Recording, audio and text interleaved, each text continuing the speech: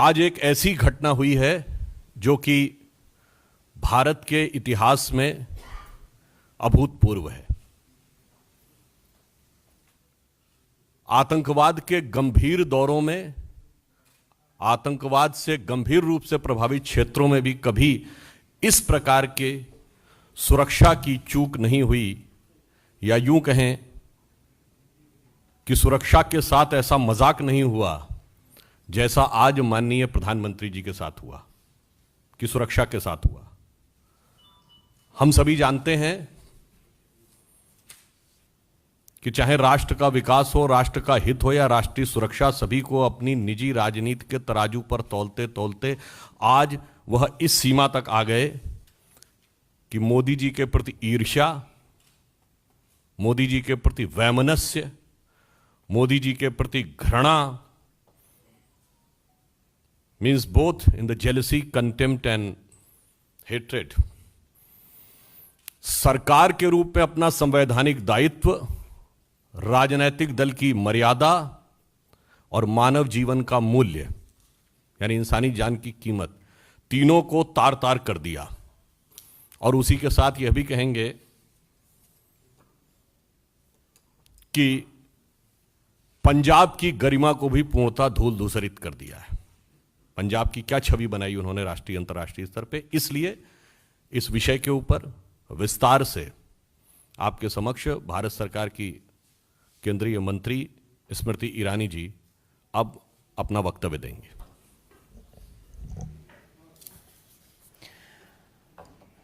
Planted political instruments today were given political patronage by the Congress government in Punjab to breach the security of the Prime Minister of India. Never before in the history of our country has a state government knowingly constructed a scenario where the Prime Minister of the country will be brought to harm. Never before in the history of our country were police functionaries in a state directed, convenienced to breach the security of the Prime Minister and bring him to physical harm.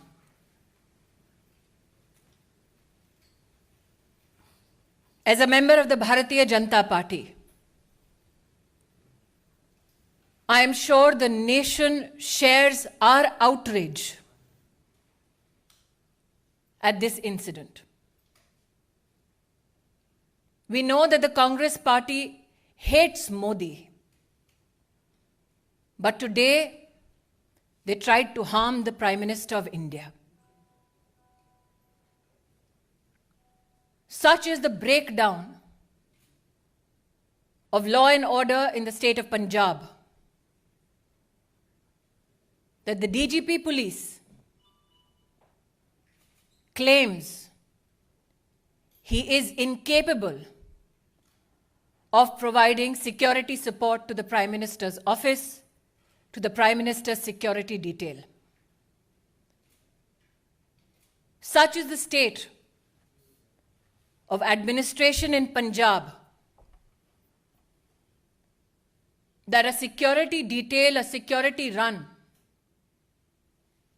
that is a protocol administratively to be followed for the head of state, was today dismantled so that Narendra Modi could be brought to harm. The questions we as BJP Karyakarta and the nation needs to ask the Congress government in Punjab: why did the DGP police give an all clear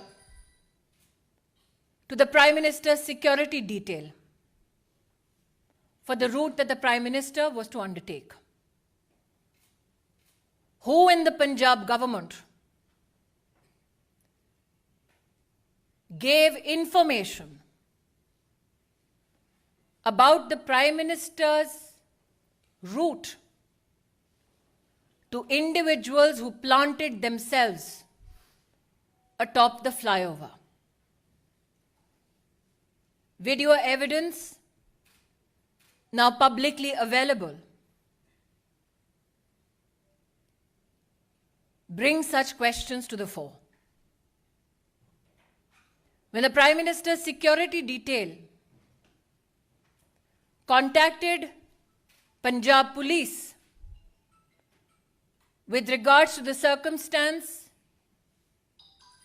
of the Prime Minister's cavalcade atop the flyover, where there was a 20-minute exposure and a breach of security of the Honorable Prime Minister, why did those who lead security arrangements on behalf of the state government not respond to any call or efforts to communicate to secure the Prime Minister? As Sudhanshu ji has said, these are not mere charges. This is the reality of Punjab under a Congress government. What enrages people like us even more is this: that when the Prime Minister of India had his security breached, Congress leaders erupted with joy, asking him how his Josh was. The Prime Minister, magnanimous as ever, it is reported in the media, on his way back, it seems, communicated कि जिंदा लौट रहा हूं. I would like to tell the Congress establishment, Modi became the Prime Minister of India with the blessings of the people of India. Narendra Modi went to Punjab today to dedicate projects worth 42,000 crores for the people of Punjab. When you can't answer on issues of development, this is the depths to which you will fall. The questions, I repeat. Why was the Prime Minister's security detail given a false clearance of the route that the Prime Minister was to be undertaken? Why did the security detail not receive any response from the state administration when the Prime Minister's security was breached and there was an exposure in his security for 20 minutes?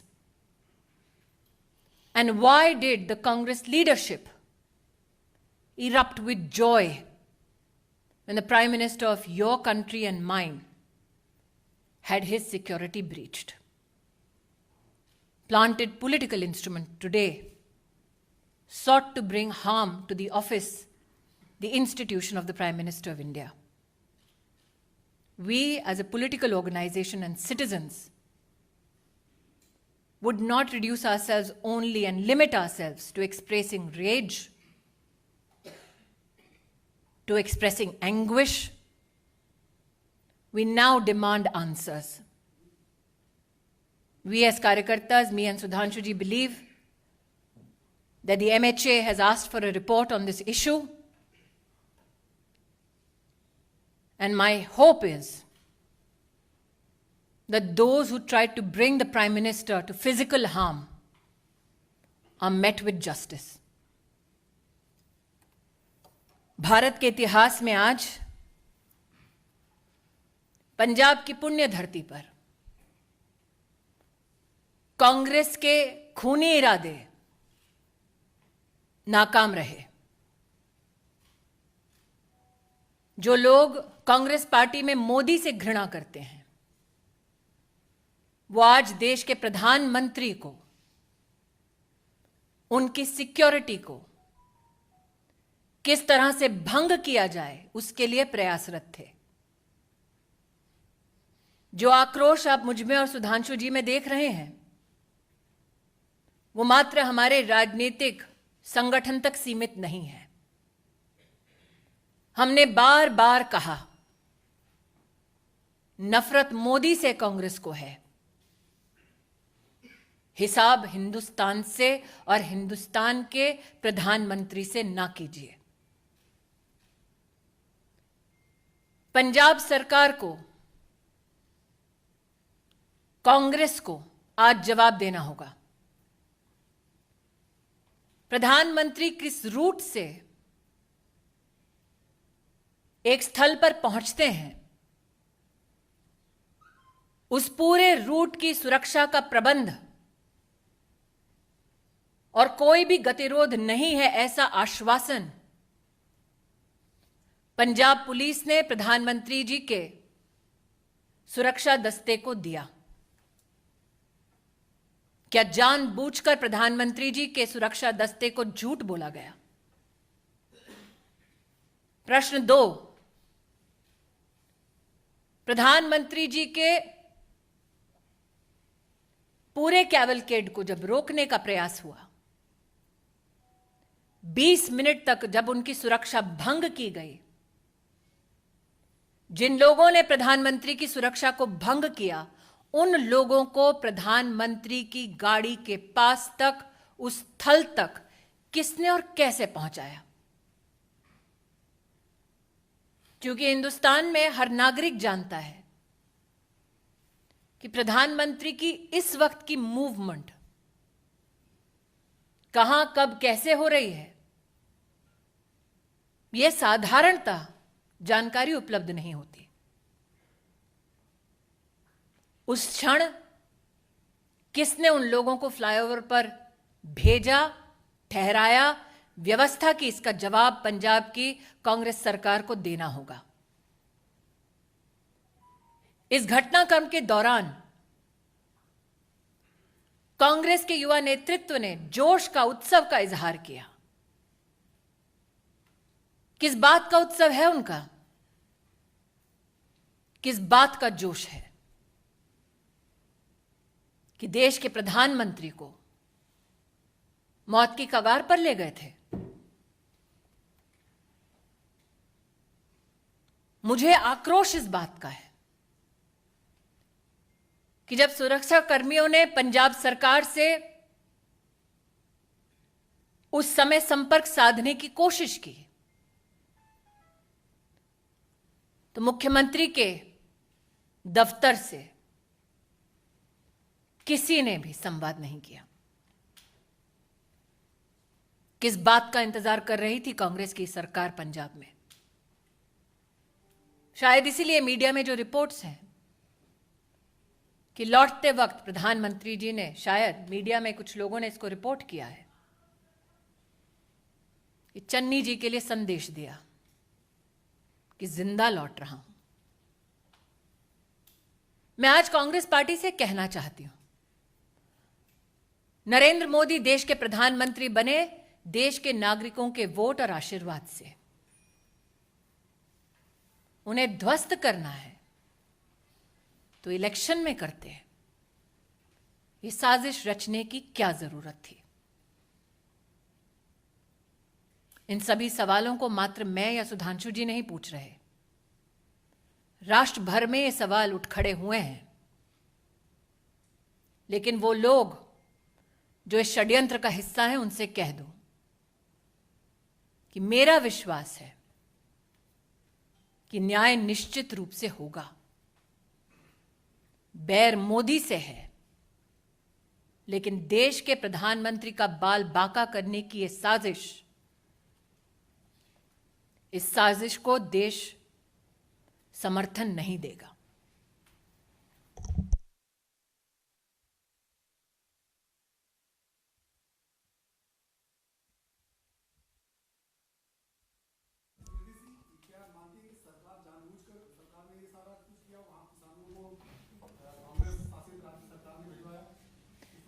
Neeraj ji, आप इतने वर्षों से पत्रकारिता कर रहे हैं, प्रधानमंत्री का दस्ता इस वक्त कहां है? आप इसका जवाब दे पाएंगे? ये सिर्फ सुरक्षा कर्मी, सुरक्षा बल और पुलिस जानती है। उस क्षण उस फ्लाईओवर पर लोगों को किसने पहुंचाया? दूसरा प्रश्न, प्रधानमंत्री जब निकले, प्रस्थान किया जब उन्होंने, तो पंजाब की डीजीपी ने आश्वस्त किया था कि कोई गतिरोध नहीं है।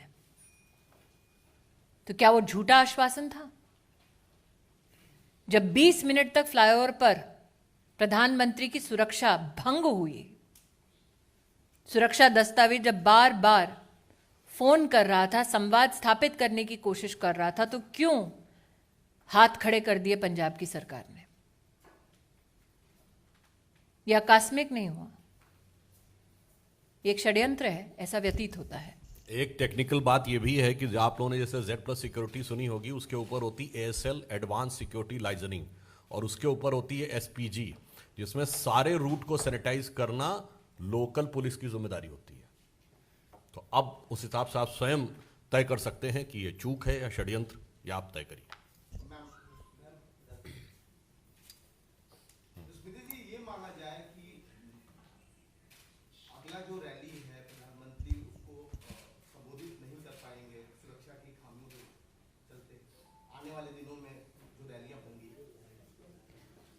जी हिमांशु जी। स्मृति जी, मेरा सवाल ये है, एक तरफ कांग्रेस ये कह रही है कि अंतिम समय तक उनको रूट चेंज किया गया, ये नहीं बताया गया, दूसरी तरफ आप ये कह रही हैं ये साजिश है। किस तरीके से आप इसको साजिश बता रहे हैं? क्योंकि कांग्रेस कह रही है, आप मुझे ये कह रहे हैं कि कांग्रेस पार्टी ये कह रही है अपनी सरकार के माध्यम से कि उनको ये नहीं पता कि उनके प्रदेश में प्रधानमंत्री जी कहां हैं? क्या ये संभव है? जैसा कि सुधांशु जी ने आपको भी पूरी सिक्योरिटी डिटेल दी, सिक्योरिटी रन पूरे रूट पे करने का दायित्व पंजाब सरकार और पंजाब पुलिस के पास है। क्या आपके इस प्रश्न में इस बात का उत्तर छिपा हुआ है कि जानबूझकर सिक्योरिटी का पूरा प्रोटोकॉल फॉलो नहीं किया गया? एक बिंदु और भी है इसमें, जवाब पंजाब सरकार देगी या कांग्रेस पार्टी देगी प्रधानमंत्री जी के रूट पे? और चिंता मत करिए, प्रधानमंत्री जी का रास्ता कांग्रेस रोकती रही और देश की जनता मार्ग प्रशस्त करती रही। मुख्यमंत्री भी 6 बजे प्रेस कॉन्फ्रेंस करने वाले हैं पंजाब के। चलिए, जो फोन पर नहीं आए वो टीवी पे तो आएंगे।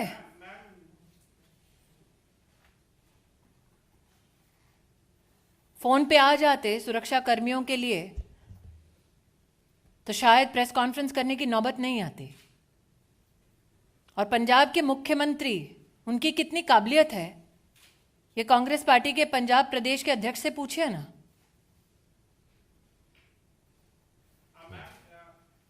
न्यूज़ 18 के साथ एक्सक्लूसिव बातचीत में चन्नी में जो मुख्यमंत्री, उनका कहना है उन्हें मालूम नहीं था कि वो सड़क मार्ग से जाएंगे। किसको मालूम नहीं था?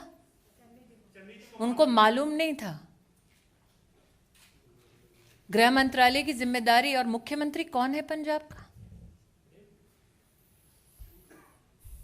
उनको मालूम नहीं था कि पंजाब पुलिस ने किस प्रकार का आश्वासन दिया है, क्या सिक्योरिटी प्रोटोकॉल है? उनको मालूम नहीं था कि उनको और उनके ऑफिस को संपर्क करने का प्रयास कर रही थी सिक्योरिटी डिटेल? उनको मालूम नहीं था। लेकिन उन लोगों को मालूम था जिनको प्लांट किया गया फ्लाईओवर के ऊपर। मुख्यमंत्री को मालूम नहीं।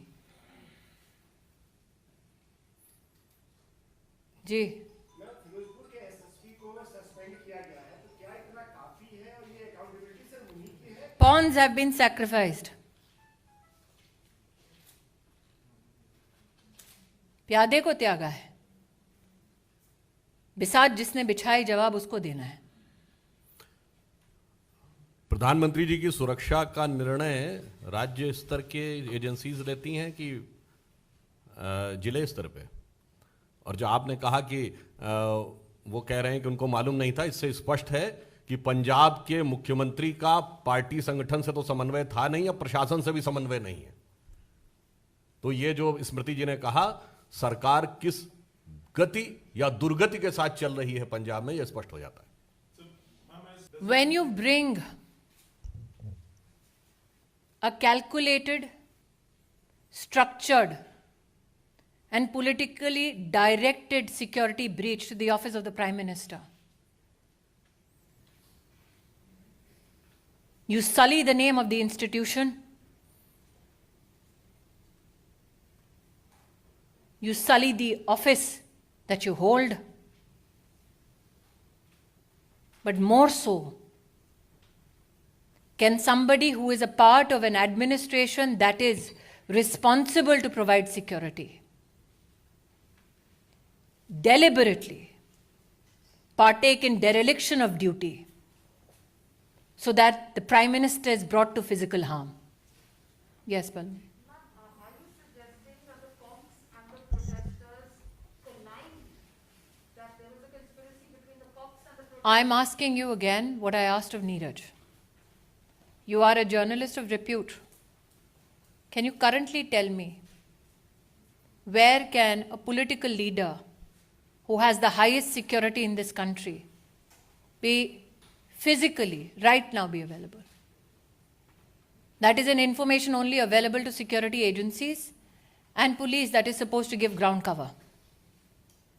It seems now from the questions that have been posed in this conference that the CM of Punjab did not know where the Prime Minister was. But 5, 6, 7 men were a few feet away from the Prime Minister, which the DGP claimed was an area clear. How did they know? Who got them there? That is a question that is now being posed. My questions have been more than clear. My questions have been more than clear. You tell me, madam, when the Chief Minister of a state is called and told that the Prime Minister of India is in harm's way, which Chief Minister does not respond? वो देश के प्रधानमंत्री हैं, मात्र BJP के नहीं. Thank you. और कुछ एक मैं अंत में एक बात ये भी कह दूं जो आपने कही, जब कांग्रेस पार्टी का कोई ऑफिशियल व्यक्ति ये कहता है कि हाउ इज द जोश, तो ये हृदय में बहुत वेदना और जनता में स्तब्धता उत्पन्न करता है. और मोदी जी विगत 50 वर्षों से जोश के साथ देश के लिए काम कर रहे हैं, ये वो पार्टी के लोग कह रहे हैं. तो एक पंक्ति कहना चाहूंगा, बहुत बर्फीला और ठंड का मौसम है ना, तो न जो बर्फ की आंधियों से लड़े हैं, कभी पग न उनके शिखर पर पड़े हैं, जिन्हें देश से कम अधिक प्यार खुद से, वही मुंह छुपाकर विदेश में पड़े हैं.